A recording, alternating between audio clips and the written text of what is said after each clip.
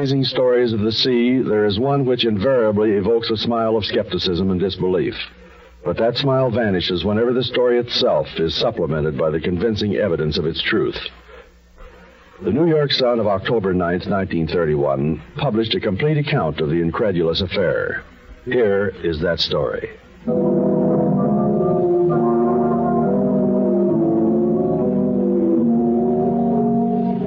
It was a long and hazardous voyage that Captain Neil Curry undertook when his ship sailed out of the harbor of Liverpool that morning in 1881. But as the days passed and the wind blew fair, everyone, captain, his wife, and the crew alike, was lulled into a false security. And then, on a certain night, when the ship lay 1,500 miles off the coast of Mexico, catastrophe struck.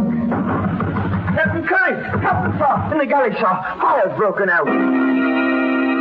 Long before the captain and his wife reached the galley, the smell of smoke stung their nostrils. When they arrived, the flames were already consuming the walls, creeping hungrily out into the other parts of the hold. It's no use, sir. We can't stop it. All right, Wheeler. Give the order to abandon ship. There were only 3 lifeboats, and they were pitifully frail.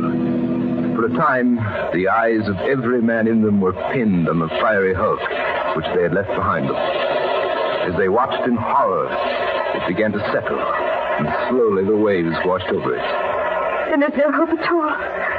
We'll die of thirst. Yes, unless a ship comes. But no ship came. The night passed. Another day and another night. And now, their lips were cracked and their tongues parched, and they spoke in hoarse whispers. I can't stand it. There's water there. I'm going to get some. You fool. That's salt water. Neil, look. The water around it looks different. It's always been blue, and now it's green. But it looks like the water in a pool or a lake. Neil, I'm going to try. Captain Curry bent forward and seized his wife's arm. But he was too late.